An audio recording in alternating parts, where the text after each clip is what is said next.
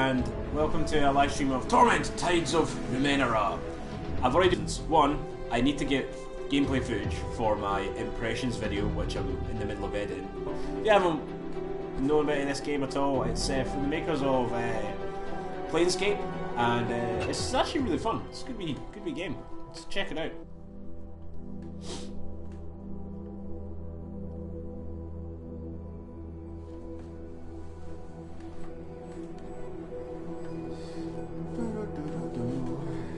It's like proper sunny here as well, so I can barely see the screen. I will be male! Your mind wakes in darkness. Aching cold sets into an unfamiliar body. A distant howling surrounds you, louder with each passing second. Insistent and invisible hands slap and tear at the membrane that protects you. Your first emotion is an involuntary and formless panic. You feel you have forgotten something important, as if it once meant the world to you, but the details slip away as you grasp at them. Ooh. You force your eyes open. Look at this body, or look around. Look around. A white-pink fleshy cocoon surrounds you. Even as you look, a minor rent in its side tears open, and the howling wind forces its way inside. The cocoon rips away, gone before you can grab it, spinning you into a dizzying tumble. You are falling, the world many kilometers beneath you. You catch a glimpse of a curved horizon, and also the ground beneath you that is approaching deceptively quickly. Above you, a small moon is slowly collapsing in upon itself. A corona of acid green and black energy playing around its edges. The wind buffets you and burns your eyes, but you don't need to see the details of the faraway ground to know you're in serious trouble. You won't survive a fall from this stratospheric height. A part of your frantic mind babbles that technically you probably fell from a thermospheric height. You struggle to stay focused as the ground rushes toward you. So we can look at the horizon, flatten out to catch the wind, try to judge how far it is to the ground, dive toward the ground. Let's flatten out to catch the wind. Instinctively you spread your arms and legs, and they respond sluggishly. You stop tumbling head over heels. Though you are still spinning laterally, that motion has calmed as well, and you have space to assess your situation, and perhaps to understand the predicament and the rich landmass. A massive ocean dominates the rest of the visible globe, dotted here and there with island chains. Small moons, unusual structures, and strange machines rush past you in glittering profusion as you plummet toward the ground. So we can study the world, look at this body, try to remember what happened. Study the world. Now you see that this appears to be a huge megacontinent, the only land of any size, on this side of the world at least. Great inland seas and lakes dot the land, and curiously, regular mountain ranges march up and down and across. You are falling toward what looks to be a great bay, a sprawling city perched on its shore just to the north. Further to the north and east, you see a broad plain scattered with curious structures, visible even from this height. The northeastern portion of this land looks to be a desert, a strange blue dot like an eye in its exact center. It seems to hold a city in its watery grasp. To its west is a ring of huge mountains, surmounted by enormous carved peaks spewing magma into a central catch basin. What concerns you most right now is the bay below you. It's coming at you quickly. Oh god, right. So we have to try to slow the descent even more, try to remember what happened, look at this body, give up and dive. Let's try and slow the descent even more. It's fruitless. You've reached a velocity that could, without irony, best be named terminal. Damn it. You spread your arms and legs and try to catch a draft, and it looks like you'll hit the bay that's rushing toward you, unless you hit the building in its littered waters. A strange web of colors surrounds you, thrown by a figure standing on the balcony of the structure, but it is effective only at slowing your fall. Okay. You strike the building hard enough to crack its crystalline structure, and you hear one of the engines that supports it protest and howl, and the agony of the crash overcomes you, and then darkness. Ooh.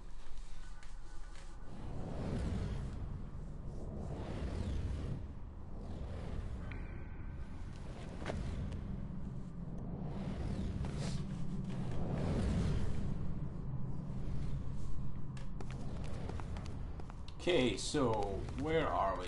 What are we doing? Okay, cool. Oh, wait, whoa.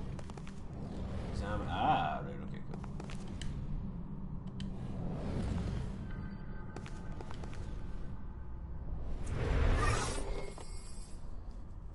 Jumbled thoughts cloud your head as you study the empty bowl before you. Drops of liquid fall from the ceiling, spattering on the ground next to the bowl. The light from every drop is reflected in the bowl's rounded hollow, as if it hungers for that light and needs to be filled, yet the bowl remains dry. Another drop falls from the ceiling and splashes across the pylons, wasted. Okay, so what do we do? Let's see. So we can use our might to carefully move the bowl beneath the liquid, examine the bowl, or leave the bowl alone. So what abilities do we have? So, we've got hide. Or attack. Well, attempt to become hidden, cannot be directly targeted. Okay, that makes sense.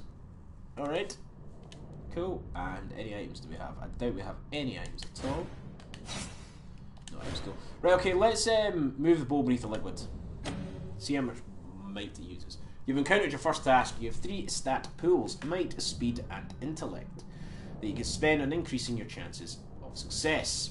This is called using effort. To more easily move the bowl in front of you, use the left analog stick. Oh yeah, I'm playing a PS4 by the way. To spend might for a higher level of effort. Don't worry if you fail this task. In Torment, failure often results in interesting outcomes.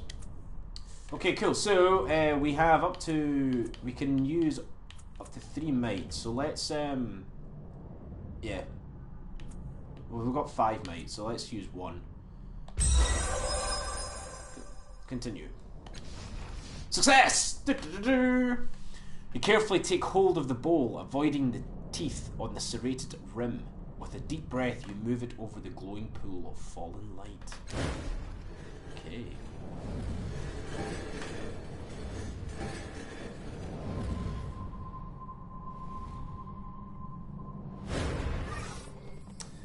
Drop by drop, the bowl fills, ripples spreading over the blurred outline of your reflection. A pale blue luminescence stretches into the corners of the room. A clear radiance spills across the segmented floor, washing away the nearest shadows and pouring into your mind, melting the ragged edges of your fragmented thoughts. You are not whole, not yet, but you've begun to heal from the damage done in your long fall. A voice calls out from somewhere high above, beyond the reaches of the spreading light. Hello? Are you still alive? I had to do that. Okay, so where are we going? Let's see. Let's examine that. Metal waves roll from below, it's cool, and let's do with it. Right on the surface of the bowl shines with its own light. Overturn the bowl. Whoa! Let's overturn the bowl. Do anything? No. Oh, whoops, what have I done? Ah! Yay, inventory, cool. Okay. First is equipment, which contains any items equipped to the current character. We don't have any items anyway.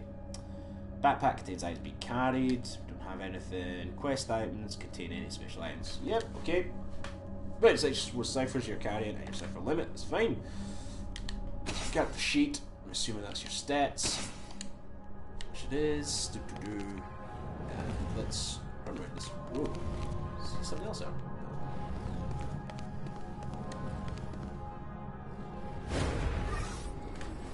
As soon as you touch the orb, a memory floods your mind. You stand in front of a rusted door. The air is humid and dank. You find a moment's respite from this waterlogged hell, a bubble of stale air in your resting point. You've breathed water before, and you've lived decades beneath the waves, but this body is an air breather, and the constant pressure has been crushing you ever so subtly. Worse, your companion's mind seems to be wandering from the task at hand. He's a genius with machines, as you well know, but now he seems distracted. The device in his hands is covered in knobs, wires, and antennas. He believes it can get the two of you through the corroded door, but he's merely staring at it. Perhaps he's lost faith in his invention, but that is hardly your concern. This mission cannot be delayed. It must proceed. So, you can deceive him by telling him that you've heard sounds of pursuit, threaten him until he returns to the task at hand. This is taking too long. Cast a spell, an esoterine, to fix the device yourself. Let's deceive him. Your words echo clearly, and he looks up surprised as you cut through his indecisive gaze. He grimaces and says, "Alright, we'll be through the door before they catch up." His fingers make minute adjustments to the knobs and blinking levers of the device, and the stale air of your bubble freshens as the door swings open. A dark hallway lies beyond, a passage that links the water-bordered cells and the aquatic viewing areas. What you seek lies there. Moments later, you're underwater again, your hands closing around a strange yet familiar artifact. You need it to complete something. It hovers above a pedestal rotating in the dark water. An electric current runs through your fingers as your hand crosses the vertical plane of the pedestal, and an iridescent field coalesces so fast that the wave of pressure dazes you for a moment. The rising pulse of a sonar alarm ripples through the water. The guards won't be far behind. So run! You can come back for it. They won't be able to protect it forever. Disable the sonar pulse. Use a device to stop them. One of the ciphers in your belt. Use a device. You run urgent figures over the devices fastened to your waist, a fog rising in your mind. A few can be used against the guards, but will also turn your skin to synth steel or the surrounding water to boiling wax. Hardly ideal. Finally, you find a small silver sphere. Setting the sphere in place, you kick desperately for the safety of a nearby alcove. Bloody hell, there's a lot of text in this. The sphere whirls and unfolds into a spiraling vortex. The sphere at its centre speaks a few polite words in an ancient language, then begins draining the surrounding water into itself at alarming speed. The approaching guards shout, then scream as they, too, are sucked into the whirlpool and ripped to pieces. You allow yourself a fleeting smile, but are all too aware that more alarms are going off in the distance. The memory begins to fade as if you were being drawn backward through a tunnel, and you hear more pylons rising from the pit. Something is wrong. The events within the orb have settled into that gap in your mind, but the edges of it are rough, as though the memory itself is not truly yours. There's something else, a gust of sour air pulling at you, like a predator inhaling the scent of its prey at the far end of a dark, whispering field. Okay.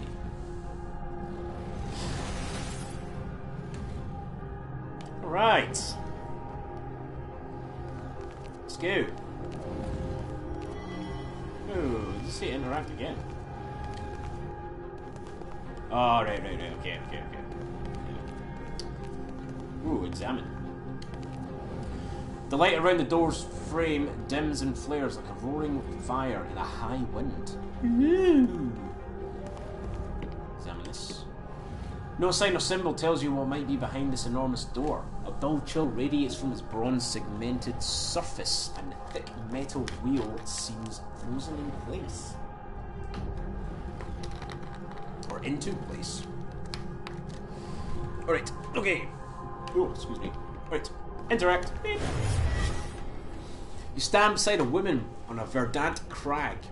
Beneath the two of you is a broad plateau towering above the overgrowth far below. Strange machines have been built into the cliffside, presumably for reconnaissance or defence. A metallic disc gleams from the centre of the plateau. Your self-aware humanoid machines drill into the base of the cliffs below. If you were looking for a sanctuary, and you were desperately, this seems like the right place. I don't know about this, the woman says, her voice flat, neutral, secure than the other ones we've found. So, can draw her attention to the hidden details that your more experienced eye can clearly see. Use your charm to persuade her of the merits of the site and to remind her of the time constraints, or convince her with the wisdom of your superior intellect. Let's do the hidden details. You shade your eyes against a bright sun so that you can point out the thin bands radiating out from the metallic disc.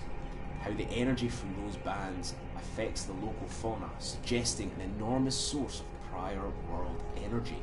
She thinks deeply. It's geologically sound. Have you run the sounding samples and checked the strata? No major caverns or weaknesses showed up on your resonance scans? She waits for your affirmation and says, "Alright, I'm convinced." The two of you sketch your plans for the sanctuary, drawing schematics and architectural diagrams. Then you descend onto the plateau to examine the open grounds. The woman suggests having one of the servitors build a shelter for your time here. You try to draw one of the constructs away from its task, but it doesn't respond to your voice. When you lay a hand on its shoulder to reinforce your command, it whirls and strikes you across the face with inhuman speed.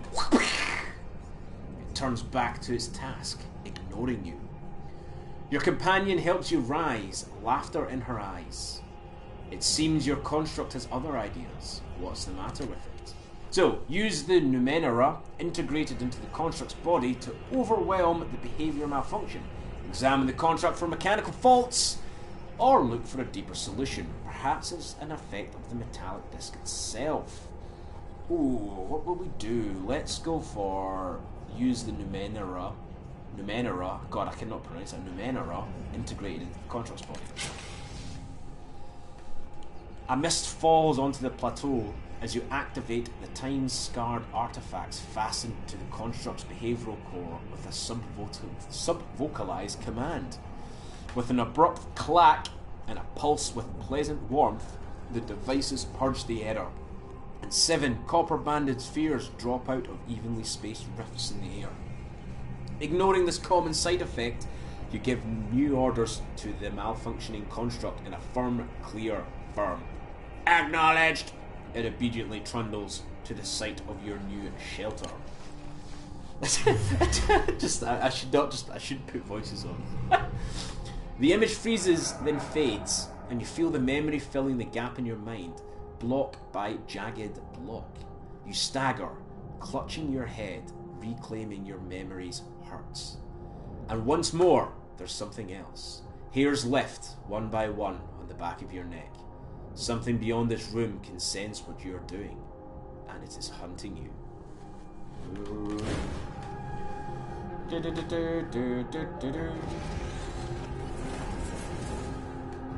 Okay. Ooh, examine that.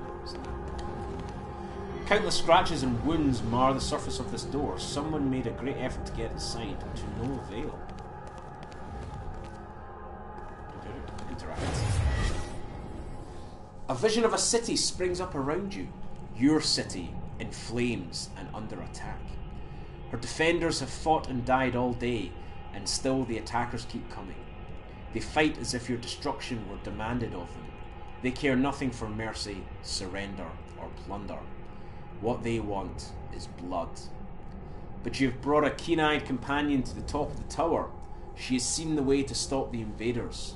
You need to get her to safety, and you need to rally your defenders. But even as you turn toward the door of the tower, 2 of the attackers descend from a hovering machine. You don't have time to strike at them before they land.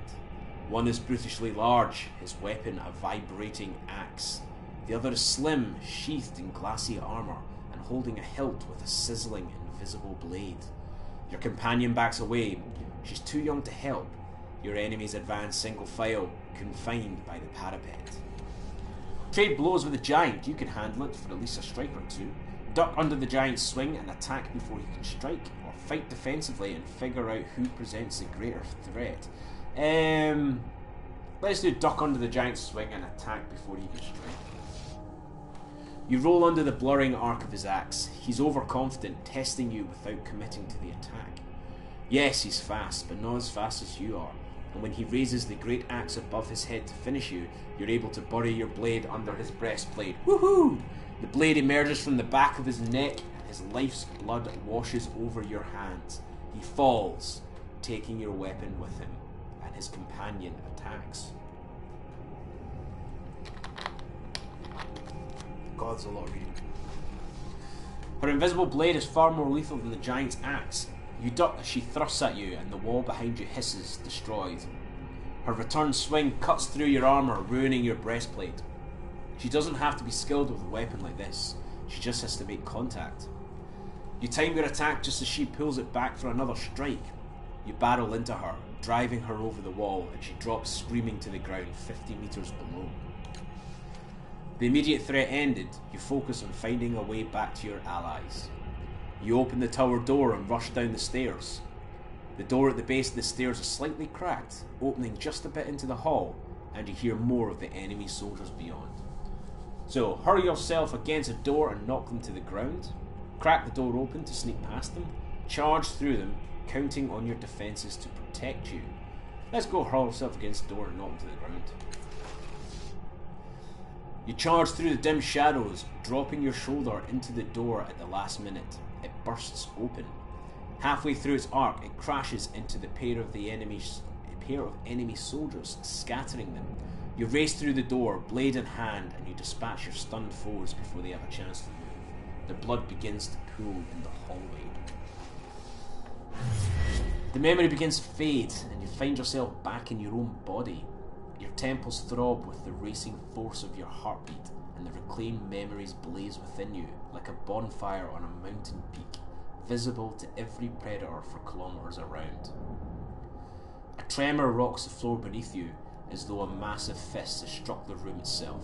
Swaying on your feet, you see frantic movement within the borders of a mirror at the edge of the room. Ooh.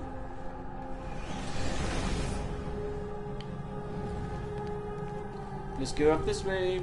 Interact. The border of this mirror is lavishly decorated with a dizzying number of interlocked symbols. Daggers, masks, paintbrushes, amulets, and more. But that's nothing compared to what you see in the glass. You see a vast crowd of people, exact doppelgangers of you, shoving, arguing with, and fighting each other.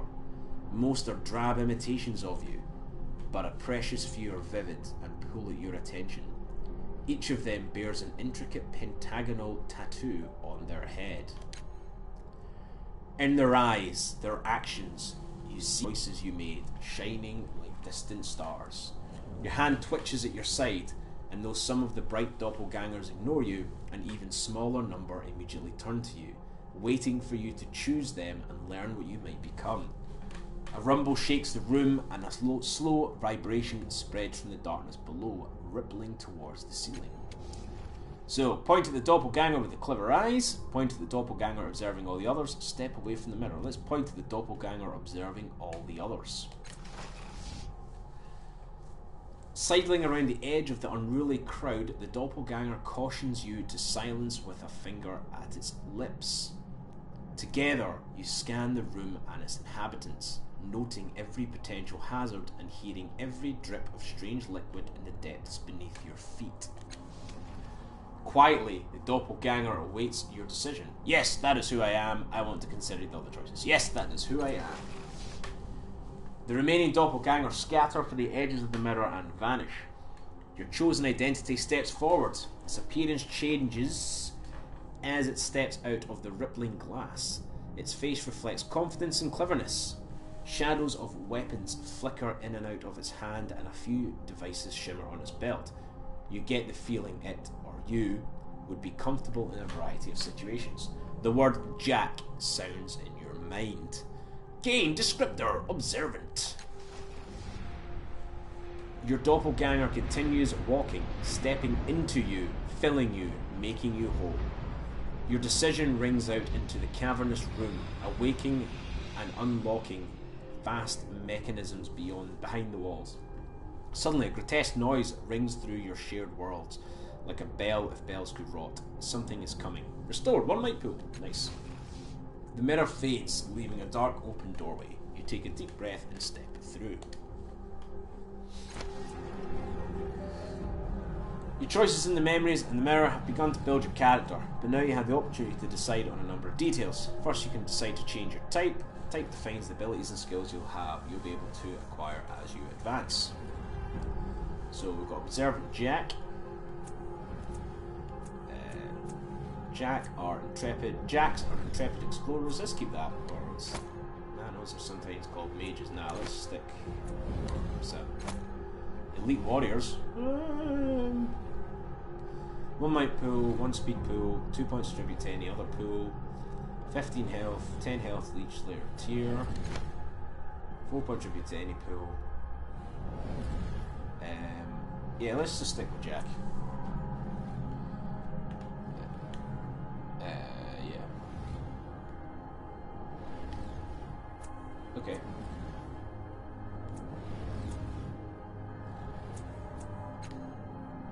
Choose one exploration or conversation skill. Plus one training level. Okay.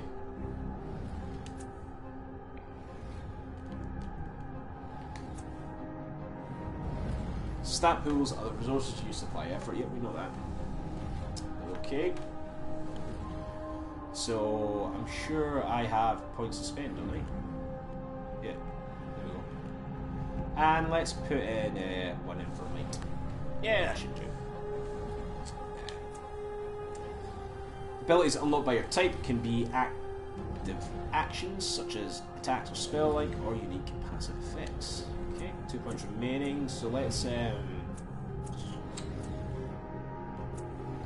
practice in armor, and that deals weapon damage +3. Okay, infuse weapon, choose a damage type, and then make a weapon attack. Okay, edge magic, don't want to do magic. So gain +10 evasion, and practices armor is gain minus. Yep, okay. And let's do sucker punch. Here we are. Yeah, that should do. Exploration skill. Most skills increase your chance of success in specific kinds of actions or tasks, but some give other passive bonuses. Each skill starts at the novice level and can be increased to trained and specialised, granting greater bonuses at each level. Descriptors often leave some skills at the inability level, meaning they inflict penalties. When upgraded, these return to the novice level. Okay, cool. Right, so how many... oh, did I just get picked one skill in this one? Alright, so that way, let's see, concentration and perception I've already got. Oh, what happened there? That's weird. So, healing, maybe? Right, okay, I can only choose some. What's his endurance? Let's see. +5 health per level, inability decreases health by 2. What's the inability for running? Okay, that's fine. Yeah, let's do endurance. Yeah. Or what's healing again? Which points per level healed? No, yeah, let's do endurance. That's fine. Yeah. Okay.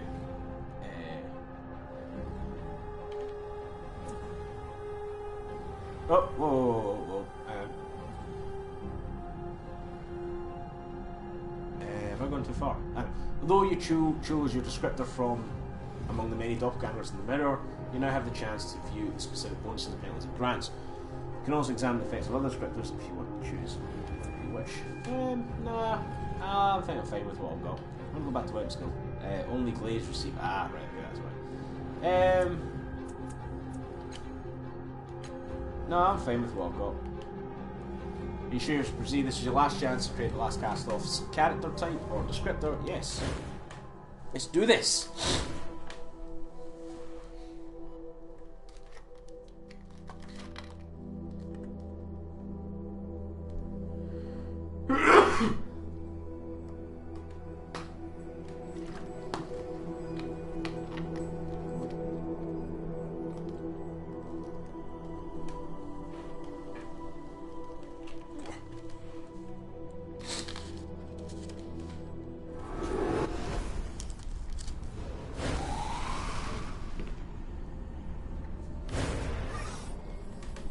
The Spectre. Everything about the spectral figure seems dreamlike. He's a hazy silhouette who seems to be made of blue glass smoke. He wears stylish, well-cut clothes. His handsome, bearded face seems hauntingly familiar, though you've never seen him before. He breathes a sigh of relief when he sees you. Oh, excuse me, I'm just eating a chocolate bar. Spectre, we weren't sure that would work. We pulled our strength and channeled it through me to reach you, to wake you up. He glances at the other figures here and frowns unhappily. It took more out of them than we thought. The other reflections, they're more like shadows now. Look, I'll bet you've got a lot of questions. This whole place is basically your mind. Your body's still out there in the real world healing from that fall.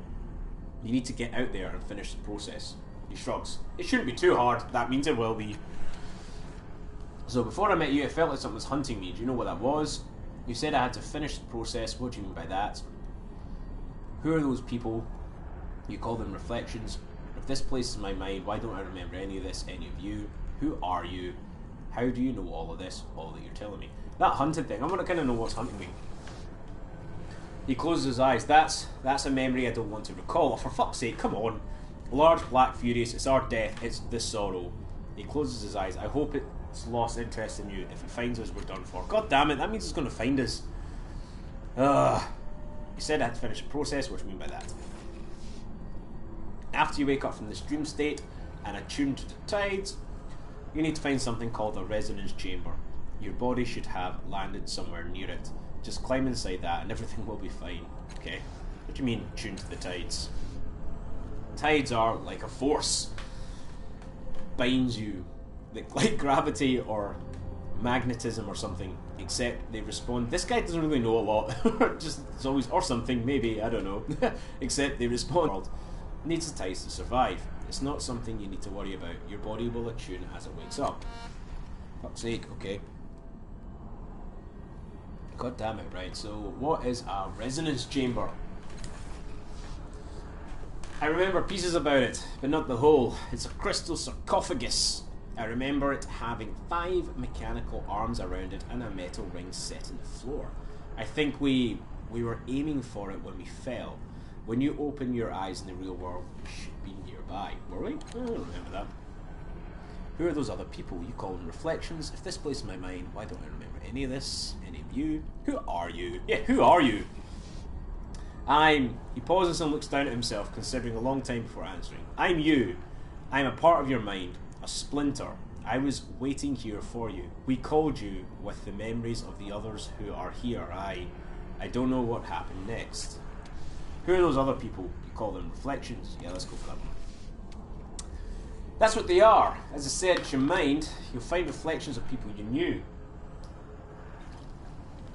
People you met in the real world and with whom you shared some kind of psychic connection. I don't know how or why, it just happened. Alright, okay. How do you know all this? Yeah, how do you know all this? He throws up his hands in frustration. I'm just a part of you. I look at you and I know this place was made for you, for us, but I remember pieces of knowledge that come to me when you ask your questions, but that's all. Okay, so how do I get back to the real world? There's a portal down there. Down where? Down there? Okay.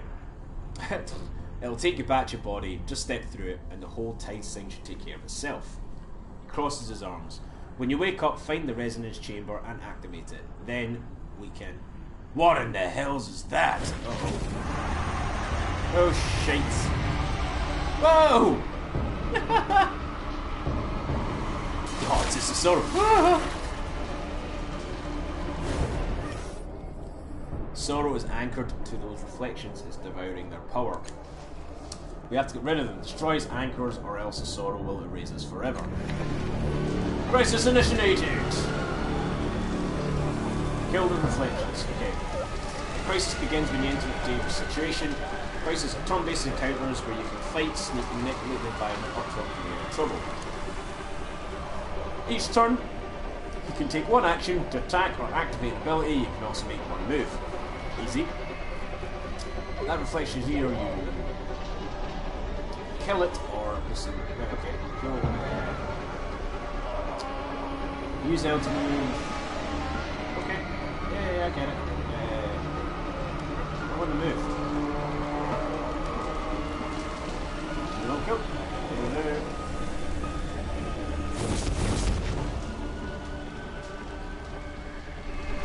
Going to hide the central things.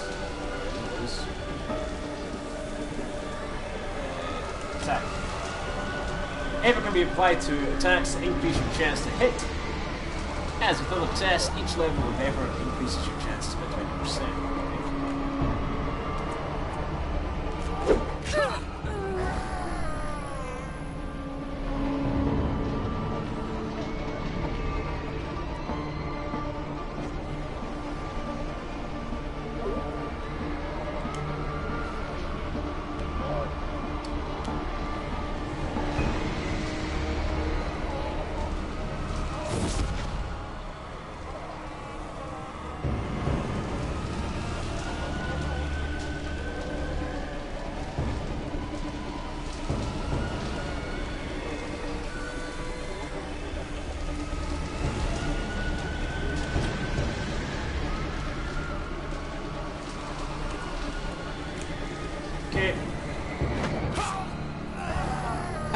Suck it.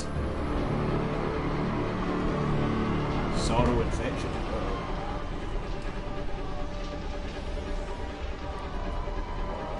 Fettles are temporary conditions or status effects that can improve or reduce a character's stats. The sorrow just places a fettle in random reflection. You can't remove this fettle, but you may find a way to overcome it. Okay, well let's get it. Let's. Oh shit! It's in. Oh no! Damn it! The armor stats. The armor stats reduces physical damage. The fettle sword places carries boosted its armor by 10, meaning rolls all 10 points of damage more. This reflections armor is next level. Attack. Okay, that's good. This gets the reflections protect you somehow. You need to find a way to armor.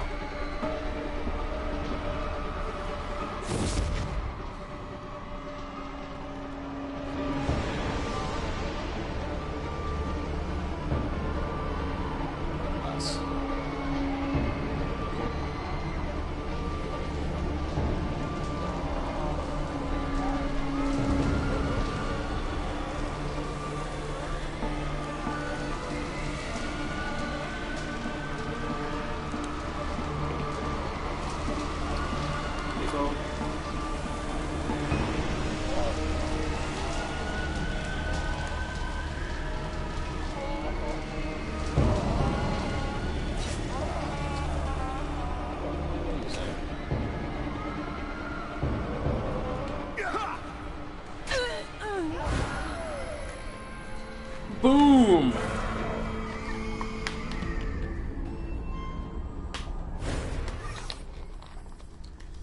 You pried it loose. That thing is a cancer and infection. It's unstoppable, but you stopped it. He holds his head in his hands. I can't believe you found it in here. He looks at you, a terror in his eyes. That thing, the sorrow, it's been hunting you. It's what killed you in the first place. It'll keep hunting you until you activate the resonance chamber. I didn't remember until I saw it, but that's why the chamber is so important. You have to get back and activate the chamber before it's too late. The portal to your body is that shimmering dome there. Go now. Okay.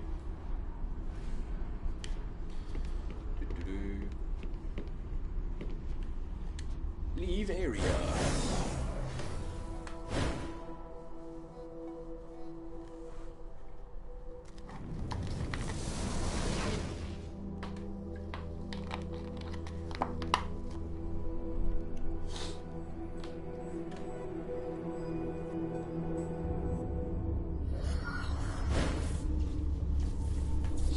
Oh, cool. Where did he fall from?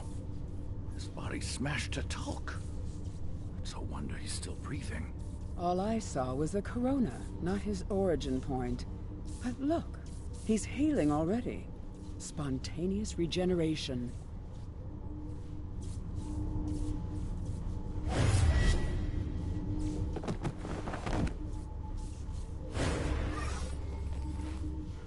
What was that?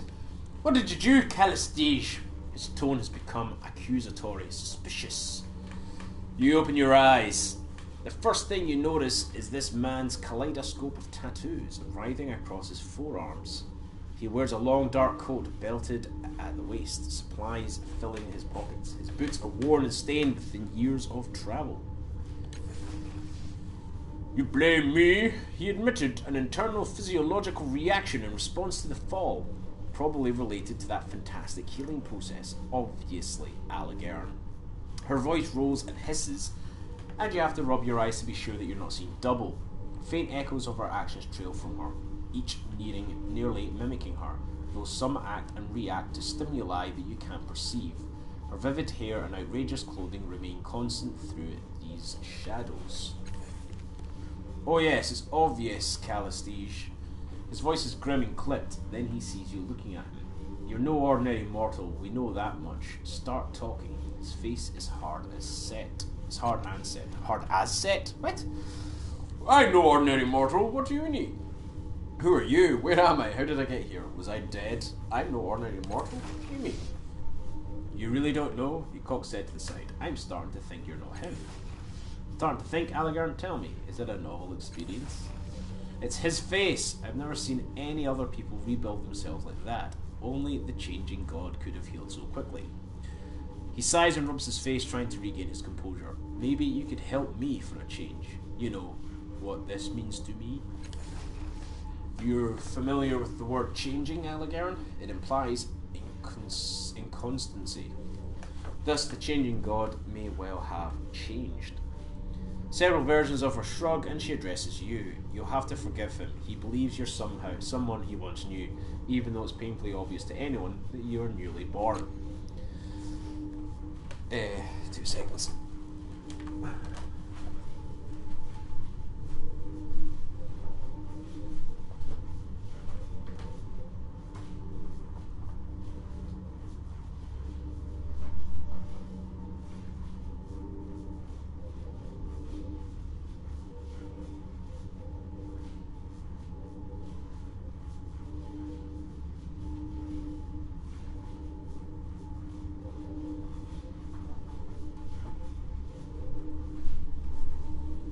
Fucking hell, I'm freezing my bollocks off. Her most solid self curtsies while others bow her spin. I and my sisters am Calestige. This is Aligaran. We are explorers. Explorers? I can't even speak. We are explorers, knowledge seekers. That's how we came to be in this room. If I'm not mistaken, you are what we call a cast-off. The changing god created you, body and mind. Your sire used your body for a time, then abandoned it for reasons of his own. When his mind departed for a new experience, you were born in his cast-off shell. Okay. Interesting.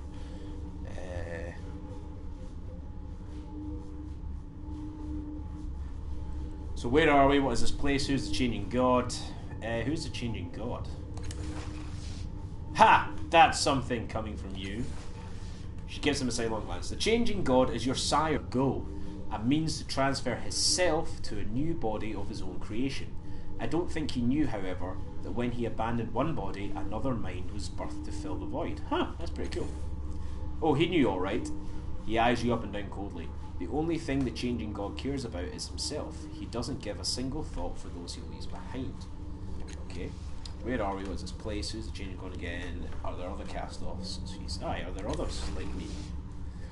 Dozens of us! There are dozens! Hundreds. Who can say? Your sire has been doing this for several centuries.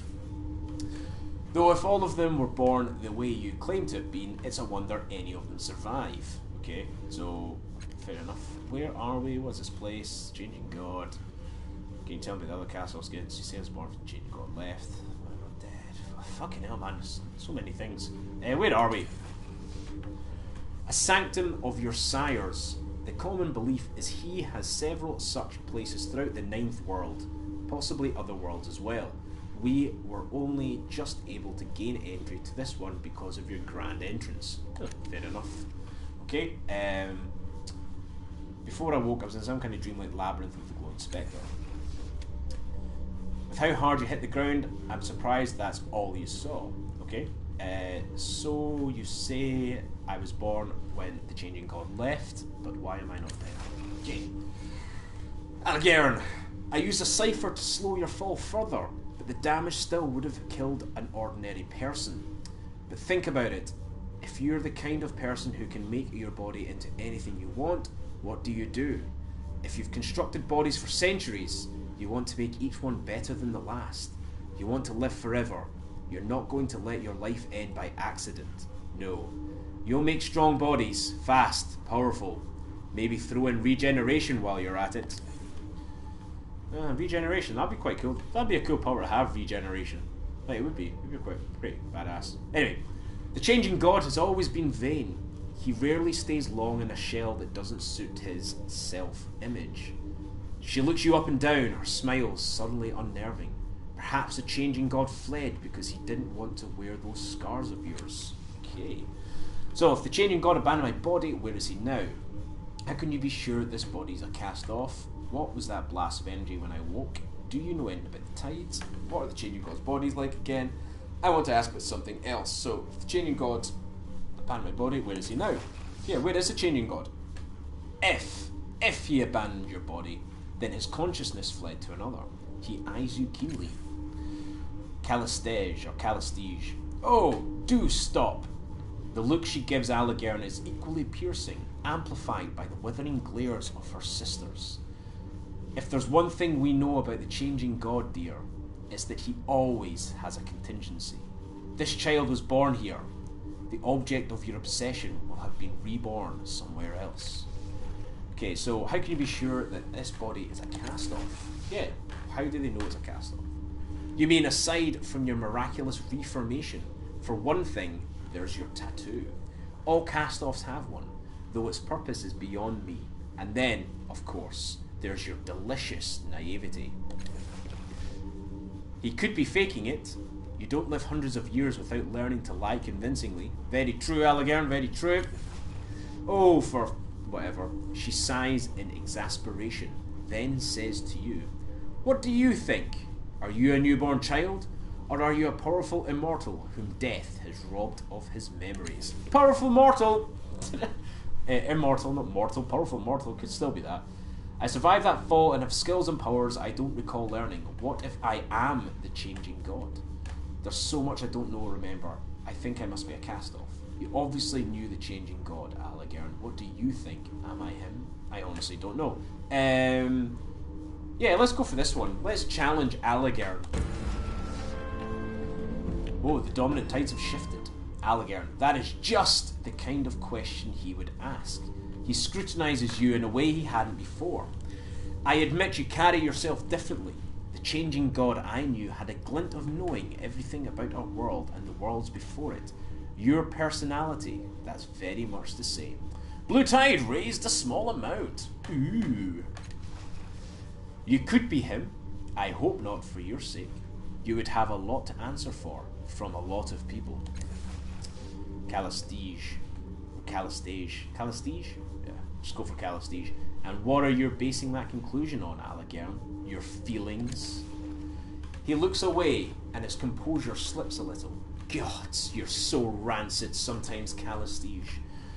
What was that blast of energy when I woke? Do you know anything about the tides? Yeah, do you know anything about the tides? Because that just something happened there. I've heard that term before. A subject your sire studied in great depth. I'm afraid it isn't my field of inquiry. Okay. What was that blast of energy when I woke? Calestige. As I was telling my colleague, it was obviously a physiological reaction of some kind. I've never witnessed the birth of a cast-off, but yes, it could very well have been caused by your nascent consciousness. Don't worry, I don't believe it caused any real harm. Not to me, at least. Really, you've been more abrasive than ever since we came in here. He shoots her a sidelong look. She just can't She just can't empathize with other people unless she's experimenting on them. Are you sure the hurts didn't hurt you? What changed? Well, let's someone ask something else now. Okay, so, of course, child, you must be so disorientated. So, who's the changing god again? We've done that. Can you tell me about cast-offs? Done that. Can I ask more questions about cast-offs' body? Why do you seem to hate the changing god so much? If Thorford's going to kill me, is there anything that can? Yes, is there anything that can? An excellent question. Having seen your regenerative abilities in action, I suspect they're primarily physical, a regrowth. If that's the case, you'd be unable to survive most varieties of psychic or molecular decomposition, disintegration, conflagration, and so forth. Degenerative diseases could pose a problem, and I know of several entities capable of psychic destruction. As she speaks, a vision flashes into your mind. It's not yours exactly.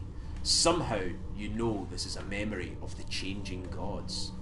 You're in a dark room, lit by a myriad of blinking lights and holograms from the many machines surrounding you. What about a body that can withstand the sorrow's attacks? Says a voice. It seems to be coming from one of the machines. No, you reply. The thing has no respect for barriers of any kind. Physical, temporal, psychic. This is the only way. With a series of gestures, you bring up an image of a crystalline pod. If the resonance chamber works, it will give us the power to stop the sorrow's hunt once and for all. We just need the right focal point. A catalyst. The memory fades. Calestige is still talking. You realise that the device you saw in the memory is identical to the one behind you now. It looks just like the Spectre had described it. A transparent sarcophagus inside a crystalline dome, with mechanical arms arrayed around it on a metal ring. Unfortunately, the dome is shattered, the sarcophagus is cracked, and one of the arms is in pieces on the floor. Whatever its function, it clearly needs repair. Calestige. Or flesh-eating viruses. One presumes disfigurement by the iron wind would likewise be devastating enough to... I think he gets the point, Calestige. So, I saw a vision of myself in another time and place. Just now, you didn't see it too, did you? Do either of you know anything about the sorrow? Who is the change god again? Do anyone know anything about the sorrow? This is a crazy, like, fucking alien thing. It was mental. Yeah, that's the sorrow.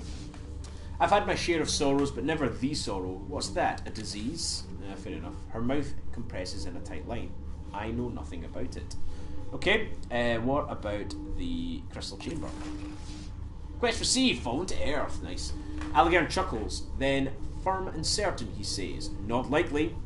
Though it might not be impossible, you need people with the appropriate knowledge. I'm sure the cult of the changing god will hold the answer.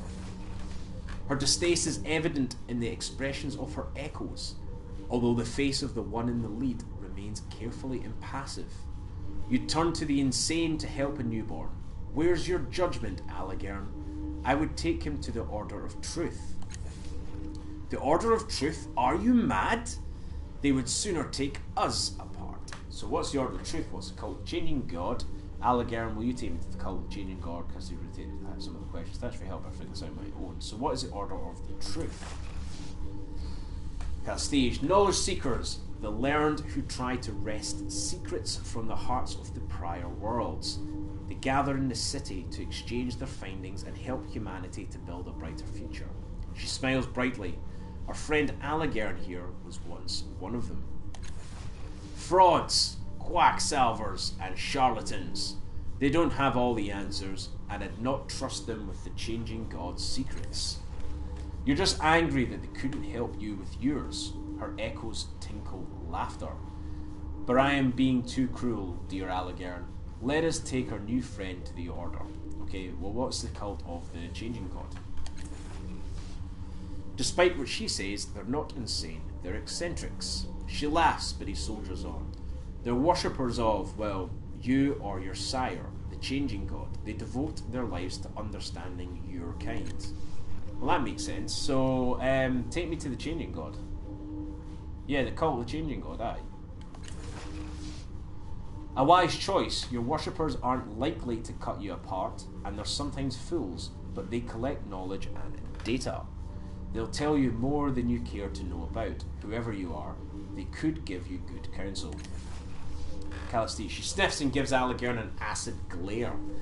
Good counsel? The best counsel is to come with me. I'll accompany the two of you. When you change your mind, you'll need an introduction to the Order of the Truth. Fine, we'll both go, but don't be surprised when Calestige leaves you broken in a dish with your purse empty. Well, she laughs it off as a good experiment. Suspicious as always, Allegaern. Child, the world is an exciting place, but it is full of dangers. Rest assured, one of us will get you safely to where you need to be. I'll be right behind you. A sunny smile crosses her faces. Can you tell me the cultists of the chain god? Yep, why do you want to go with me? What's in it for you? Alright, what's in it for you guys actually? Yeah. I won't deny that you're to see you safely out of the reef. Kid, you're not safe here, and not just because you're new. Treasure hunters trawl the reef, scavengers who would sell you for parts if they knew where you came from, what you were. Alright, cool, let's go. Companions, You've gained your first companions. They will follow the last cast-off and can be controlled during a crisis. You can speak to them about their past and take advantage of their unique abilities and skills. Companions have their own motivations and personalities, and depending on the choices you make, they may not follow you forever. You will find more companions who can join you as you travel through the Ninth World. Fair enough. Take this opportunity to explore your surroundings. You may find items, equipment, and more to assist you. When you're ready, you can leave the broken dome using the stairs to the northeast. Cool. Okay, let's find some stuff. Interact. A mechanical arm lies on the floor, presumably broken during your fall. Sparks pour from the arm, shattering housing, filling the air with a greasy stench. Examine the housing. Lower machinery, quick fingers. Attempt to scavenge what you can from the armor's housing. I don't have those abilities, I don't think. Sucker punch, yes, sucker punch. Hide and flex skill. Choose one explosion lower. Or conversation skill +1.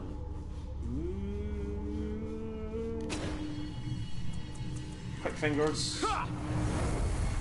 Okay. And lower machinery.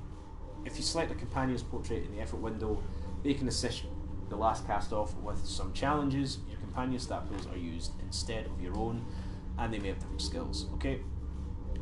Alright, cool. So let's do that, and let's get everyone to help me. Confirm. Continue. But failed! You're kidding me! Oh, it was 80%! What? Fuck. Inside the broken machine, you notice some little trinkets and small coin-like objects. You recognise their value at once. Such objects would be accepted as shins, the informal currency in most regions of the world.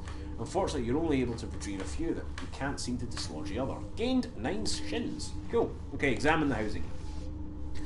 The sharply pointed apparatus that formerly topped the device appears burnt out and useless, but the equipment in the base remains at least somewhat operational, as the constant stream of sizzling motes can attest. Right, leave the device.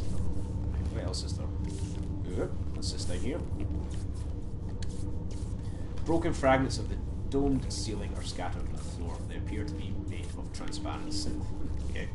What items to have? What's in my backpack?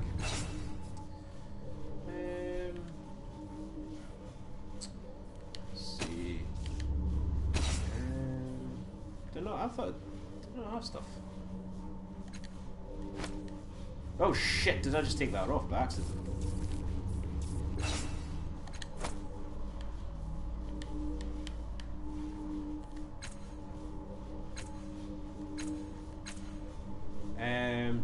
So I'm just trying to think. Where's my cash? Doesn't matter. Never. Right. Okay. Oh. Loot. Always good to have some loot. Shin. Encephalic rush. Phallic. And fleetfoot moss. Heal 3 points of speed and 3 points of intellect. Nice. Take all. Okay. Oh. Interact with this. A slate black, unimpressive device hunkers before you. As you reach out to touch it, the triangle of lights on its casing blazes into life, and an image unfolds in your mind. A towering crystal arch rises over a jagged grey landscape. The air is dead and stifling, and there, at its emerald peak, the image collapses, leaving you staring into the device's triangular array of lights. Command me! The device, or the intelligence within it, says, each word carefully etched with distaste. Who are you? What was that arch you showed me? What commands do you recognize? Show me that arch again. Who are you? Your command was not understood, the intelligence says with clear satisfaction, sounding for all the world like I understood the question but not choosing to answer. Command me. Okay, what commands do you recognize? The 3 lights throb irritably. Heated air sighs from the device's vents, and then a towering list of commands races through your mind, far too fast to read. You rub your eyes, groaning, and the intelligence chortles. Command me, it says smugly. Oh, fuck off, man. Show me that list of commands again, slower, please. If anything, the list pours through your mind even faster. Command me, the intelligence drawls. Fucking idiots. What was that Archie showed me? Your command was not understood. Oh, fuck off. Right, okay. Smack. Kick the device as hard as you can. Examine the outside of the device first. An indignant hum rises from the intelligence engines as you examine its ancient casing. Nothing looks out of the ordinary. You step back and the hum fades away. Let's try and do this again. Okay, kick the device. Yeah, kick it. Success! Examine item. Nice. View shard. A shard of glass displays an image of 3 strangely garbed children in a field. A sequence of them playing a simple ball game repeats itself. After repeated viewings, you notice a small child standing further away in the field. This 4th child is looking directly at you. Her large eyes brim with fear. Okay. Success! The intelligence lights flutter in alarm. Just before your foot smashes into the base of the device, something within goes crunch. Cell gating damaged, it gasps, the trio of lights focusing on you with blinding intensity. All prisoners lost, shuttering lungum vo.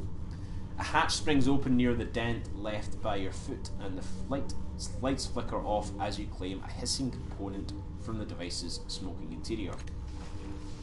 Cool. View shard. You planning on breaking every machine here? Yes! Yes, I am. Crackle. What's this here? Tiny glowing motes float through the interior of this tower. Ooh. Okay. What's this? Cool. Okay. Journal. Cipher limits. There we go. Backpack. I have that and flint moss and shard. Aha! There we go. Quest items. I've got 19. Right, cool. 19 shins. Flexible tubes that are attached to this machine appear to be later additions. Someone called the device together. Its functions are clear. Okay. Have I seen everything? I want to go back to that machine to see whether or not it does anything different. Crackle.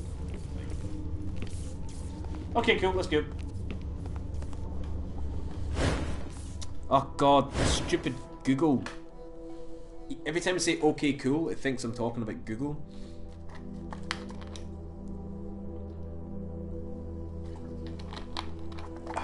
Good game so far, anyway.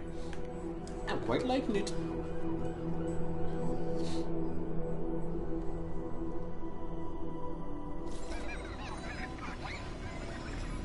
I need to talk to you. Wait, someone said they needed to talk to me. Examine.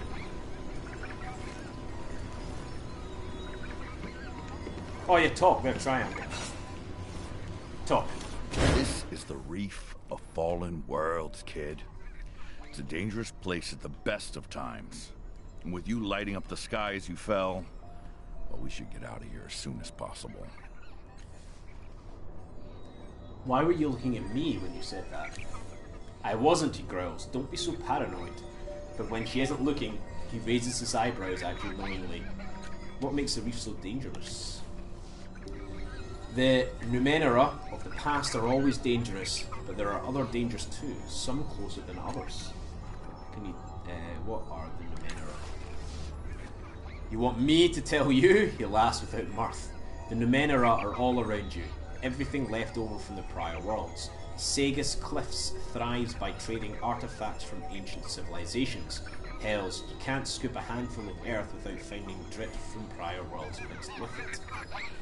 What in the hell are those pink things? Numenera is anything from the prior worlds, but mostly we mean the stuff of value to us. A lot of the Numenera are just oddities, fancy trinkets with little real use, but sometimes you'll get a cipher that lets you do something incredible. Artifacts are worth even more. A cipher will only do something once, but artifacts last a little longer, though they can burn out at the most inconvenient times. He frowns, not that it's ever happened to me. Of course, we've got no idea what most of this junk was originally intended for. In most cases, it doesn't really matter. Like you might find what used to be a propulsion unit for a star chariot, but who the hell knows enough to build you the rest of it? Better to use it as a weapon or a power source. He scowls, frustrated about something. I bet we could remake the world if we knew a tenth of the secrets of the ancients, but most days it's a challenge just to survive. Okay, can you tell me brief again? Done that. What's your story? What's that? Can you tell me what your tattoos? What do you do? Let's just keep going. Oh, examine. Water is clear, almost unnaturally so. What's up here?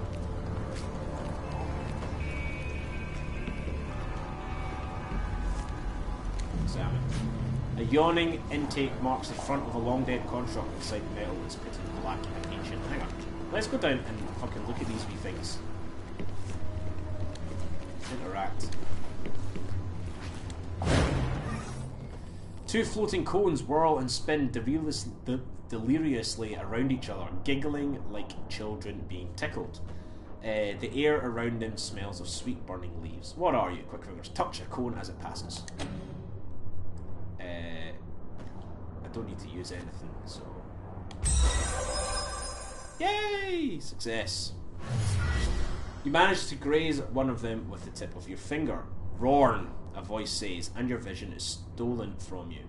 A moon hangs over you, but it is not the one you recognise. It's black and in a pearl white sky. Thick, flat asteroids orbit it like petals in the wind. You feel questing tendrils at your ankle, and the hot wind on your face smells of scorched hair and grief. Gain 2 XP! Nice. I'll take that. Your vision returns. The cones hang motionless for only a second before resuming their giggling dance. Watch them for patterns. Because I'm observant. The longer you stare at these oh my god, I cannot speak today. The longer you stare at these artifacts, the more you're convinced that they turn faster when their spiraling paths cross each other. What are you? The cones continue whirling and laughing like enraptured dancers. Enraptured? How did I get that? Enraptured dancers giving no sign that they have heard you. I've been like reading non-stop for the past hour. It's just getting ridiculous. What are you for? The cones greet your question with a split second of hushed silence, following by delighted pearls of helpless giggling. They aren't for anything. They're from one of the worlds before this one. Alligator rubs a hand along his stubbled jaw. Sometimes the Numenera will do something useful. Sometimes they'll turn you inside out, and sometimes they don't do a damn thing that makes sense. I've often said the same thing about you, darling, Calestige murmurs. Leave the cones alone. I've got 2 XP from them, so that's pretty cool. So let's go up here. What's this? Examine. Although this cube hovers in the air, you can feel the ground shudder with its vibrations. Okay. Can it interact? No. No. Something else. No. No. A long cable extends from the spout, but at the point where it dips. Okay. This massive construct was trying to climb across the top of the reef when it died. Its surface is pocketed with many scars and scorch marks. Okay, cool. Let's go this way.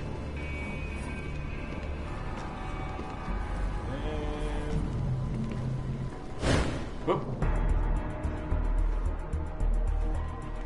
Look, shater.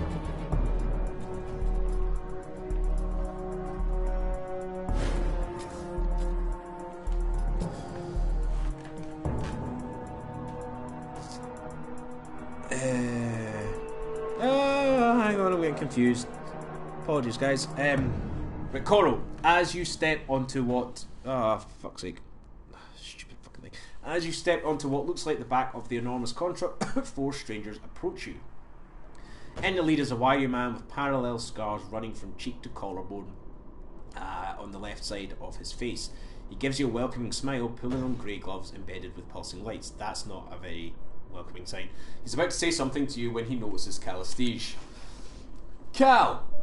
I thought you swore off trawling the reef. Found anything tasty?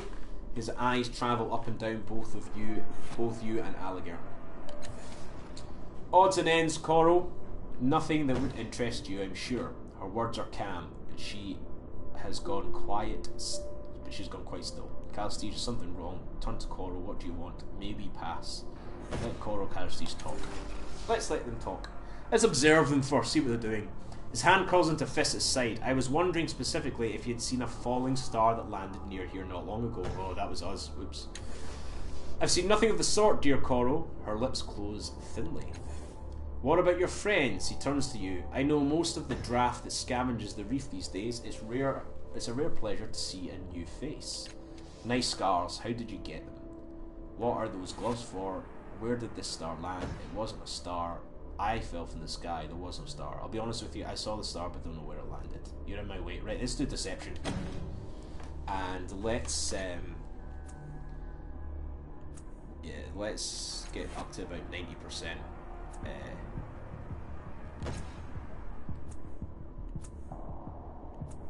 Yeah, let's use it all. Cool. Sweet. We want to succeed in that. Coral studies you for a long moment before sighing. Alright, he says. Well, do let us know if you spot anything of interest. I'd like to say we'd pay for the privilege, but if we were rich, we wouldn't be down here, would we? Fair enough. Whew. Cool. We got out of that one.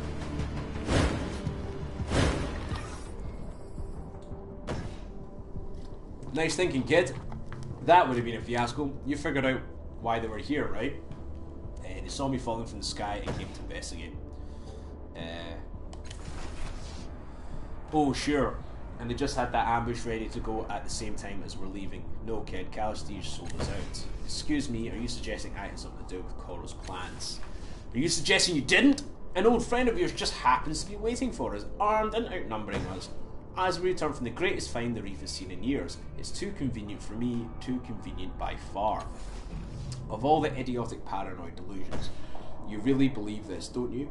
You really believe I'd use a half-wit like Coral to stab you in the back rather than do it myself. You see, kid, she'll stab you in the back. First chance she gets, most likely in your sleep. He throws up a hand, forestalling Calestige's retort. Look, I don't care. Fact is, I can't trust you anymore, and I wonder why I ever did. This is the last we travel together. I've got enough to worry about without having to watch my back 28 hours a day. He turns to you. You coming, kid, or what? Oh, whoa, hang on a minute here. Calestige, it wasn't convenient. You're really going to walk away from each other, walk away for this. Allegern, I really don't think she was trying to betray us. Here we go. He snorts bitter laughter. I do. You haven't seen 1/10 of her depths, not 1/20th. She's a backstabbing bitch. Mark my words. You're insufferable to the end, Allegern. Looking for the worst in a situation is the only way you know to see. Do you know how long I've carried your pain for you? How much I've had to turn away from your judgmental stares, but you're right, I've had enough. She turns to you. Child, I'm happy to guide you, but I will not walk another step with this paranoid buffoon. Oh no, I don't know what to do! Finally, something we agree on, he growls. Kid, she'll chop off your head and spit down your throat. I'll get you where you need to go, and I'll let you sleep at night to boot. It's up to you. Why can't I travel with both of you? Can't you just work it out? Let's do that. She bursts out laughing. My dear boy, we've been working it out. Allegern's petulance is obstinacy. Fucking hell, I can't even pronounce that. I don't know what. Just fucking hell. In the face of fact, drive me away every day. He might be strong, but he's also thick. I dare you to try travelling with him and see how long you endure. Not as long as I have, I'll wager. His face darkens under her accusations, but he manages a pained smile. As if you're doing me a favour by staying with me. Do you think I don't see your true self in all those echoes around you? That's you, Calestige, every facet of it. Your vivisectionist's heart hasn't changed, just the way you present it. I thought I could help you, but... Okay, I'll travel. I think I'm going to travel with Calestige. Right, well, if you want me, and she doesn't sell you for bars, you can find me in the underbelly, but not with her, mind you. I'll let you know what you've missed, Allegern. I'm sure you won't be. Missed, that is. She links her arm possessively into yours. Let's go, child. Oh. Bye, Allegern. Now you deal with Coral and his goons, you can continue on to the city of Sega's Cliffs. To reach the city, cross the bridge to the north end of the platform. Okay. What's this? A lambent green fluid drips from the end of the device's nozzle and hisses angrily on the metal surface beneath. Without any antagonist to aim it towards, the device doesn't serve any obvious purpose. Okay. I'm assuming that's the same thing. Yeah. Yeah, let's leave down here. Oh no! We should have gone down to... I might go back, because we didn't explore the entire area. Damn it! Right, I'll go back.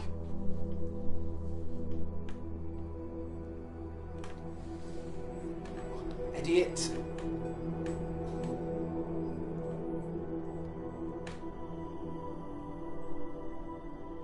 Because I need a weapon. I don't have a weapon yet. I just got my fists. Fists of Fury! I've not seen that Iron Fist yet. Has anyone watched that Iron Fist? I've heard it's pretty bad. I don't know. I might watch it.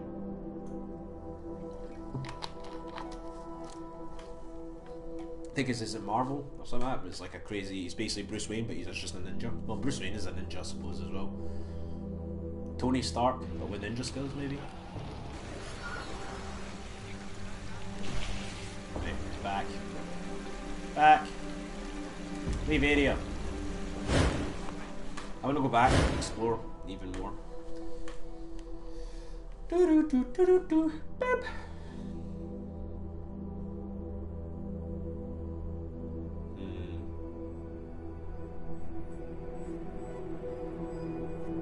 Oh yeah, tonight I might be streaming Team Fortress 2, probably from around 9 PM GMT. More than welcome to join myself, Pickle Skull, and Acme777 for that. It might happen, I don't know, maybe. We'll see. Team Fortress 2 is a good film. A good film? Good game. Right, come on, let's go down this way. Because I want to find a weapon! Do I have a weapon yet?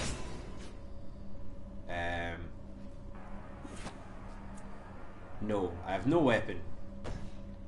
So I need a weapon. So let's go this way.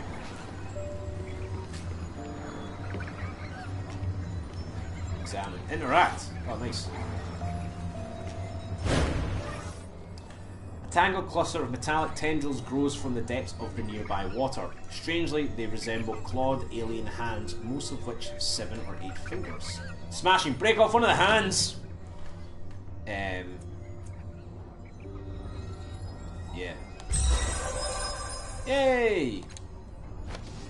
Success! Haha! An 8-fingered mace! Fuck yes! That's amazing!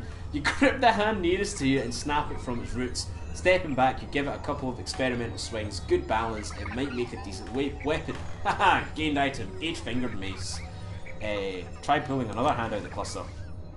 You wrap your hands around one of the wrists and pull with all your strength, eventually gasping you give up. The tendrils seem thicker and stronger now, as if they fortified themselves against you. Walk away. Sweet! I now have a mace! Check it out! 8-fingered mace! Haha! Yes! Oh, loot! Haha! Nice. What loot do we have here? Oh, nice! 22 shins. Sweet.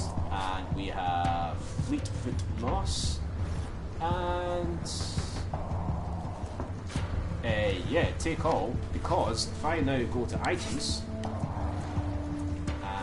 and use this and use on me, yay! And now back up to 7 mate. Suck it, game. And backpack wise, yes, I have a fucking 8-fingered mace. Fucking suck it. 4 physical damage and 3 chemical damage plus 2 damage per effort applied. Fuck yes. So if you put in 2 effort, then you do 8 damage. No, only a max of 6. So you may as well only put 1 effort in whenever you're doing it. Oh no, max effort plus 6. So yeah. So maximum you can put in is 3 effort. So 10 damage is the max you can do with it. Oh, that's quite cool. That's pretty fucking handy. Well, let's go down this way.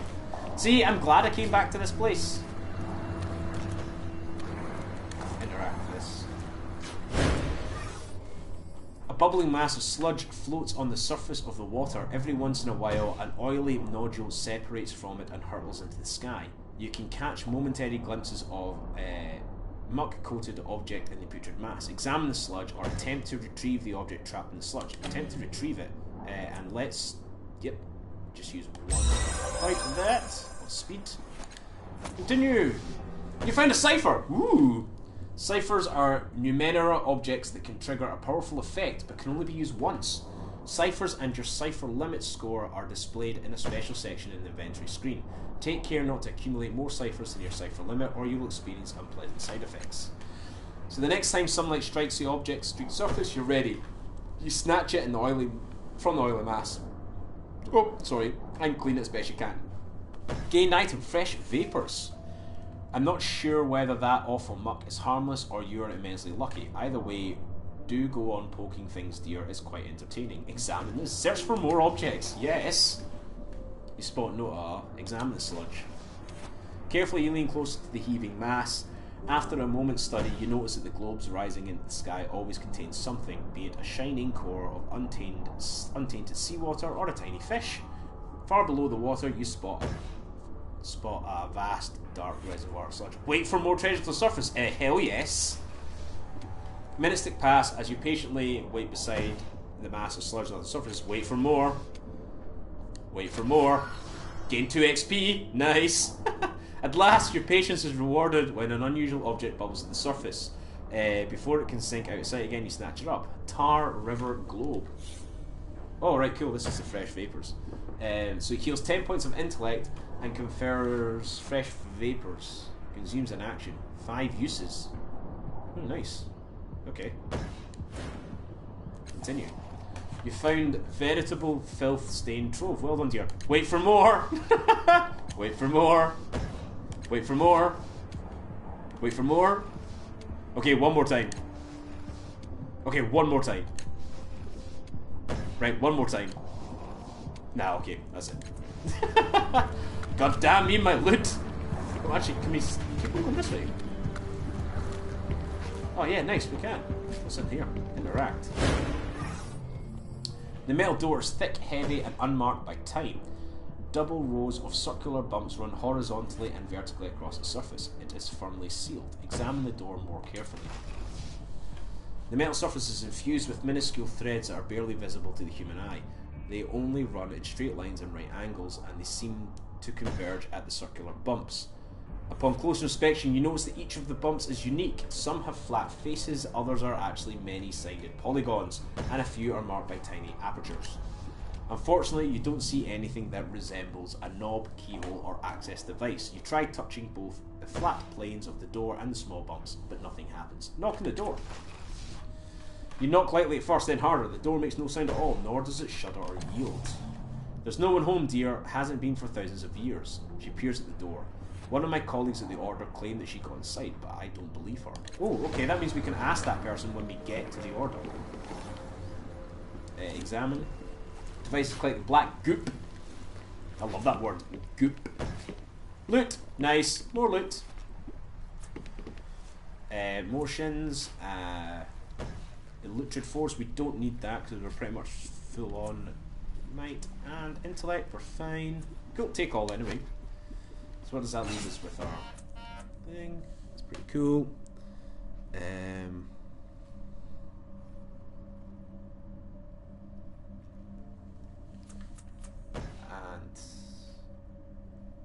details. What is that? Transparent glass sphere encloses a miniature scene of a river of tar. Oh, cool. I can sell that. Nice. And that has 5 uses. Right. 10 points of intellect. But I don't even have that much intellect anyway. So I shouldn't need it anytime soon. Okay, so have we... Oh, what's this? Interact.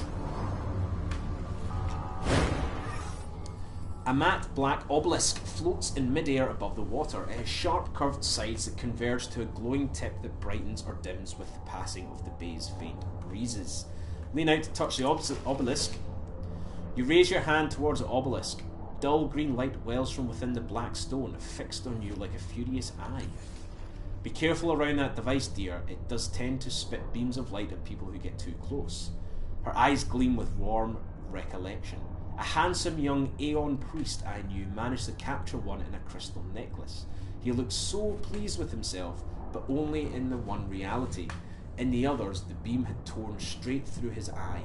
He wasn't quite as handsome. What's the obelisk again? Shall we do it? Yes. Once again, a dull, malevolent finger blooms from the obelisk as you extend your hand towards it. Yank your hand away from the obelisk. Yeah. Yeah, let's do that. What? Failed! How? 90% chance! Snatch hand away as quick as it can, but it's too late. An emerald beam flashes from the ballistic tip and strikes your chest. What follows is not pleasant, but mercifully brief. Oh. Ugh. It's gonna be dead. Have I actually killed myself?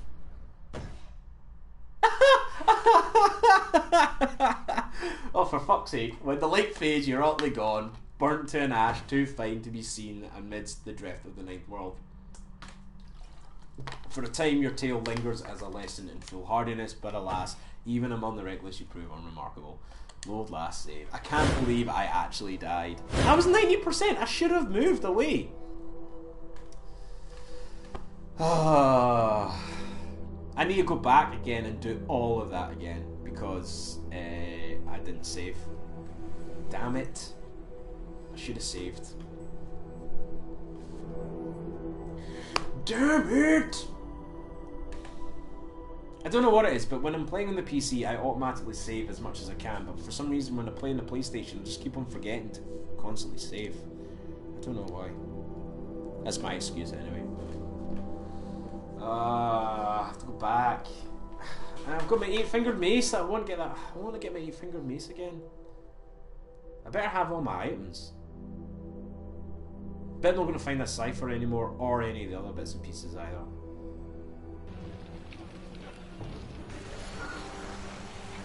Do I have? I don't even have my mace.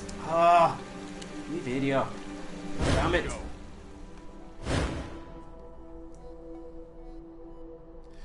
God damn this!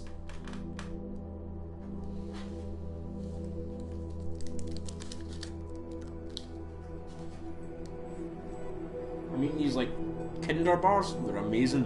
Oh, it's so good. It's just called Kinder chocolate. It's basically, imagine a Kinder egg chocolate, but it's just in a chocolate bar. It's amazing. It's so addictive though.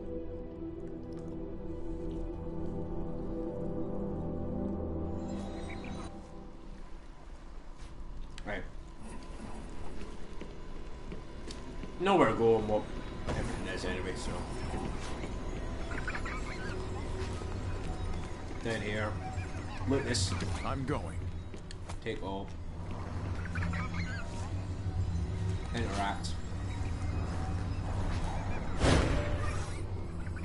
Smash it.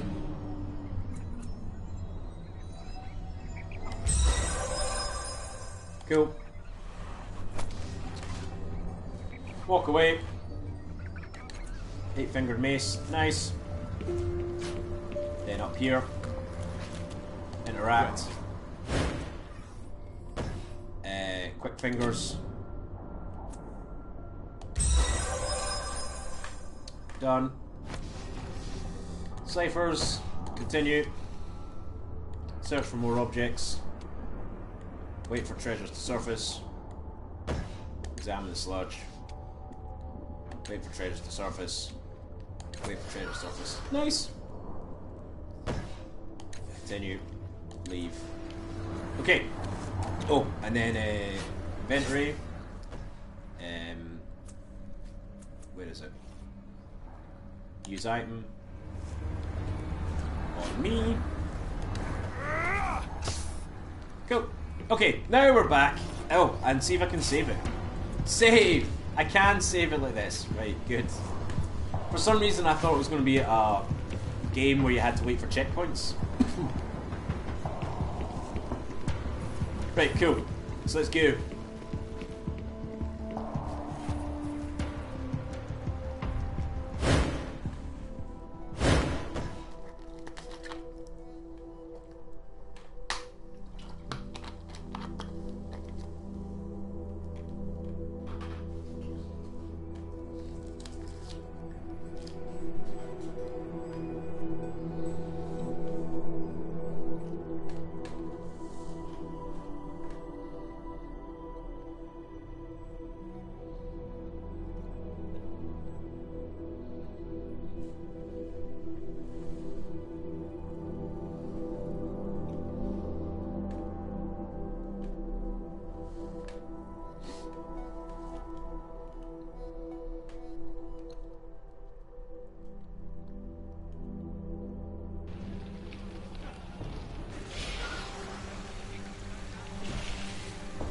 Okay. Who's Otto? Wind spins off the distant sea, sweeping between you and the boy, whistling up towards the peaks of Sagus Cliffs. He glances at you, then at the crowds in the plaza beyond. He appears to be looking for someone. Saw you wandering down the reef, he says. Did you get to that star before the others did? He looks back at your face and grins. Guess not. That ain't a face that's found good. Don't be rude, boy. There was nothing to be found down there. I was a fallen star. A lot of people went looking for the star. Nah, not too many. Gotta be a carker to go down to the reef. That place is haunted. But despite his hard words, his eyes settle on yours, studying, deciding. His mouth settles into an irritated line. Look, he says, running a hand over his stubbled scalp. You hide it well, but I can tell you're new here. I ain't trying to offend you, but I don't like leaving folk new to Sagus on their own. If you have any questions about the city or Circus Minor in particular, I'll answer them free of charge. Oh, that's nice of you. Of course, it looks like you already have a guide, he says, nodding at Calistige. Calistige? Hello, dear. Your companion says politely before turning to you.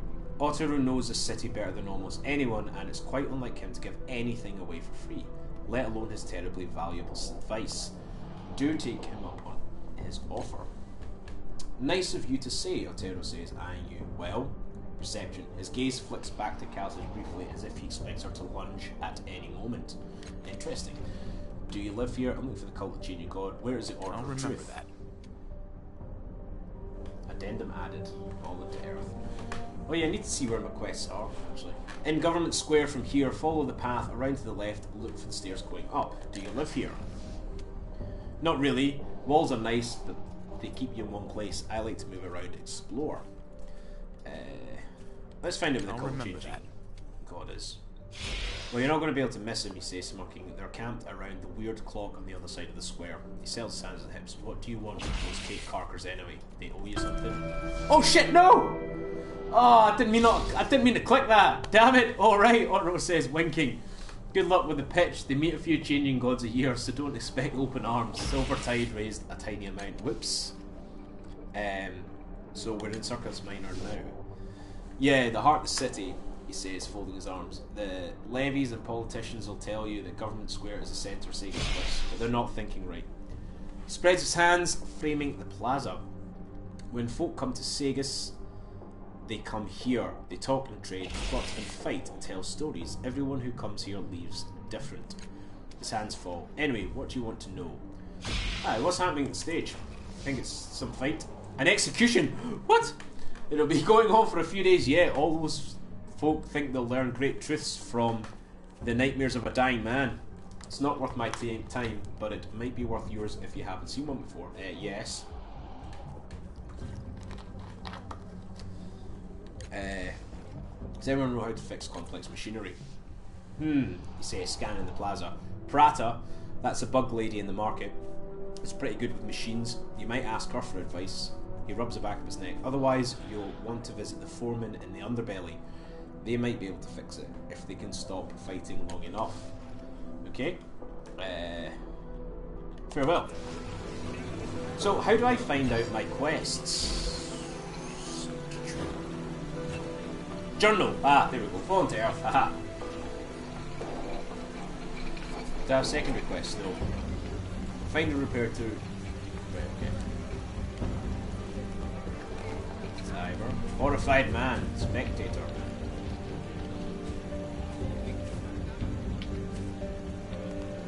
Look at this rock I found. What rock? Oh, Prata. Oh, nice. Prata. In the shadows cast by the folds of this merchant's cowl, you glimpse hits of verdant chitin, and amber mandibles erupting from pale human flesh. Her voluminous robes cannot hide the fact that her movements are off, as if too many joints inhabit too little space. But her voice is a warm, tumbling flood of spoken thoughts and impulses. Fair afternoon to you. Warm, isn't it? Something begins humming in one of her many pockets, and her brilliant, multifaceted eyes flicker towards an invisible point in the distance. Well, not as warm as it could be, but this is the warmest minute of the week by a considerable margin. She trails off to something. Anyway, can I interest you in some prime artifacts, dusty relics, Numenera of uncertain origin? I'm looking for someone who can repair a complex machine. Can you help? Ooh, I'd love to. Complex machines are my favourite, but no, I shouldn't. I'm really behind on work orders this month. This may surprise you, but I'm very, very, very easily distracted. She shrugs beneath her robes. You're better off with someone else, sorry. Okay, are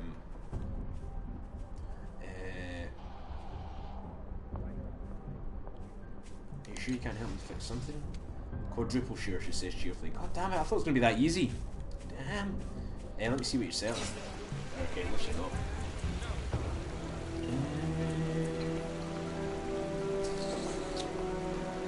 Yes.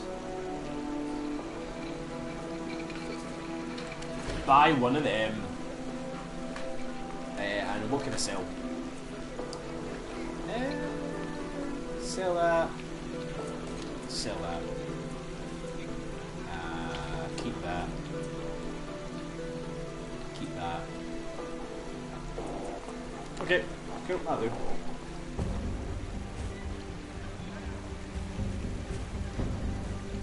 Sculptor, Slaver, Tallmagger, Slaver. Okay. Examine. Mannequin wagon beds. Okay.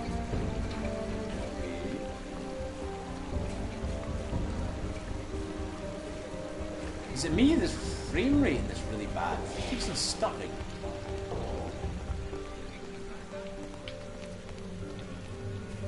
What the hell? Can I go up here? Spectator, horrified man. Who's Tiber? Tiber. Pacing the edges of the crowd, it's a paunchy old soldier with a swaggering stride. At the moment, however, his jauntiness seems overshadowed by worry, and he alternates between watching the execution and searching the crowd as if looking for a miracle. Then he eyes light on you. I say, you look like someone who believes in justice. How'd you like to help a poor soul wrongfully condemned? What kind of help do you need? I don't need anything, but my friend there on the platform is dying. The nightmares his executioners have induced in him spill from him with every word he speaks and wrap around him like a snake. He glances at the execution. I know there are but a few strands around him now, but in a few days' time they'll choke the life out of him. I cannot imagine a more horrible way to die. He pauses. Well, that's not true. I have an imagination that would shame a sailor. He leans in. You'll need to be swift and willing to hold justice above the law. But there is a way to save him, if you will hear me out. Why is your friend being executed? A misunderstanding, he says, moving to another. Rhys and I were hired to deliver some expensive brandy to an out-of-town buyer. He breathes a sigh, weighted with disgust and regret. Would you believe that the bottles were stuffed with state secrets? Rhys was accused of selling information to the enemies of Sagas Cliffs. They called him a traitor. It was a travesty, he growls, his eyes blazing with righteous fury. The poor lad had no idea what was there, but you did, right? Well, he says, studying the air over your shoulder. There's a place for talking about what I know and what I don't. This isn't the place. He clears his throat. Okay, so basically they did do it then. Yeah, you were part of the scheme. Why aren't you up there? Luck, he says, shrugging. I was taking a piss when they came for him. Went through the back window and scampered up to the roof. He shakes his head. I watched poor Rhys being led away from my hiding spot. Swore I'd get him free. I hope it's a promise I can keep. I want to talk to your friend. Are you mad? Tyler splutters. It's an execution. He's surrounded by levies. We won't let you near him, and even if they're dead, he's out of his head. You'll get nothing but gibberish from him. Alright, forget it. Shall we? What's your plan? Okay. A simple one, but it requires nerve. Listen, lowers his voice. It would be nothing for someone of your noble demeanour to masquerade as a city official and ask the council clerk for an archived copy of an old stay of execution. Once you have it, I'll write out a fresh one and add Rhys's name. Then we'll present it to the overseer here, and poor Risk will be set free. He spreads his hands. There you have it, a foolproof, risk-free plan. That sounds like an extremely risky plan. Nonsense, he says, waving a hand. It couldn't be simpler. Just be calm, confident, and wear a winning smile. He gives you a winning smile. Where do I find a council clerk? He'd be in the government square, of course. There's a podium outside the council tower. I can't think of a time he wasn't there. Would it be simpler to talk to the crowd at the execution? Tiber looks uneasy. Well, you're welcome to try, friend, but leave me out of it. Sega's Cliff's crowds are notoriously bloodthirsty, and the execution officials are not known for their sense of humour. You might regret it later, and you'd be alone when you did. Yeah. Alright, I'll help you. Excellent. Then you'll need a proper story and a badge of office. Fortunately, I have the first, and you can buy the second from Sangolin, the clothing merchant in Government Square. He folds his arms. Once you have a badge of office, you will tell the council clerk you're from the Judicial Oversight Committee, looking into the corruption and the commutation of capital sentences. The stay you're asking for is that of a notorious gangster named Cole Cardon, who was mysteriously set free a few years ago.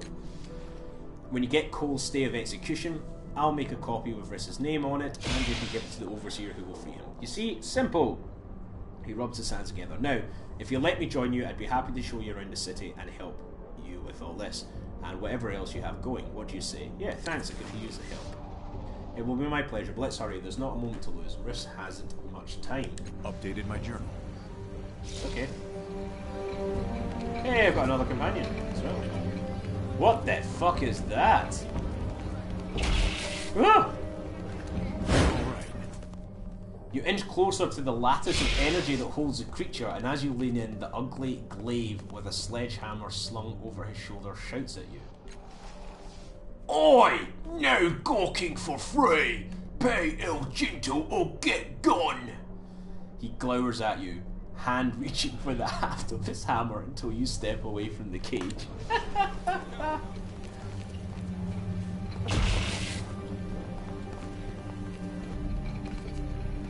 Now, where is Government Square again?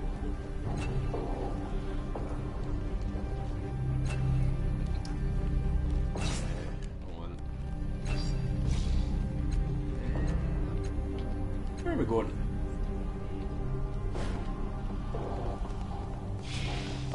I thought, wasn't this Government Square? Fine. What's this?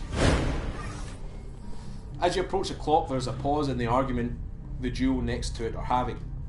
The petite woman turns towards you. Her hair is unusual, a light, almost yellow colour, and her bright eyes dominate her pretty face.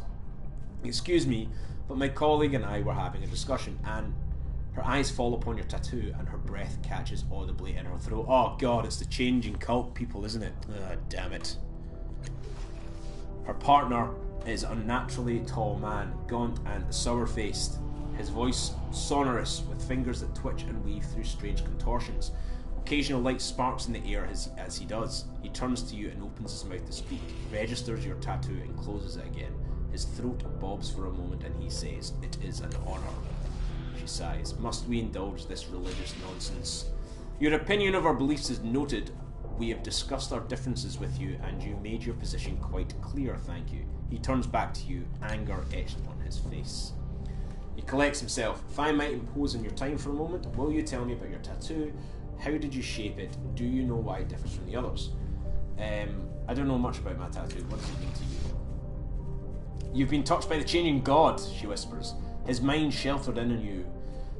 He shared his dreams, his power with your mind, and when he left your body, he created you, she swallows. The tattoo marks you, all of you, with his symbol. It grows and changes as you mature so that it becomes your symbol instead.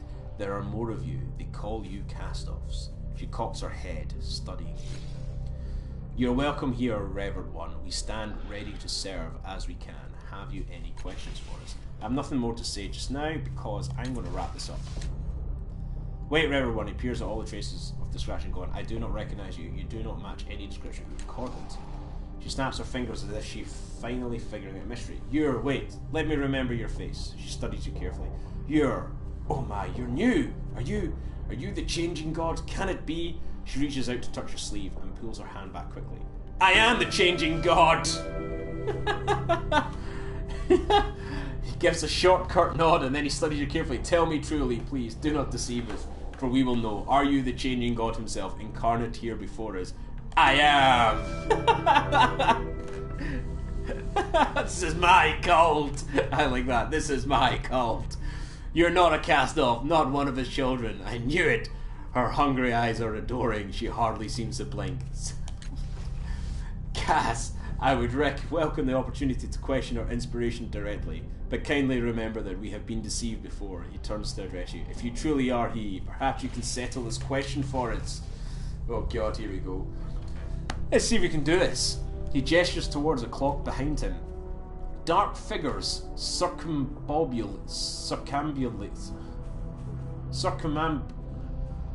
Dark figures are kicking about these clock faces. I theorize that your creation of the time shields that protected the city established a connection with your future selves, or perhaps your wisdom brought them here. Whatever the truth, we believe those figures may be cast-offs, or ghosts of cast-offs perhaps, the living shells of the bodies you have worn previously. I'll remember that. His fingers shrug eloquently for him. But the clock is unmoored in time, you see. We do not have a knowledge sufficient to investigate, but you might. You created the clock. If you are who you claim, you should be able to align it with the present time and uncover those figurines. Uncover who these figurines are. I will. We have tried ourselves. I have appealed to the order of truth. I have spoken with eminent seekers of knowledge. We have sent for wisdom from as far as the steadfast. A great achievement, you must agree. None have given us an answer. Perhaps, dismay dances across his fingers, perhaps memory of your creation will come to you. Okay. His hungry-eyed compatriot steps in. Perhaps you can find an answer where others have failed. She turns away. You will have our boundless gratitude, Revered One. You had questions about the resonance chamber, you said. We can help you. But first you must investigate the clock and the figures inside it, or else, she trails off, or else we must turn from your words. Best of luck, Revered One. We await your insight. Okay, folks, I'm going to wrap up the stream. I've been on this for a couple hours now, and yeah, I'm just going to take a wee break. So, yeah, thanks very much for watching, and I'll see you next time.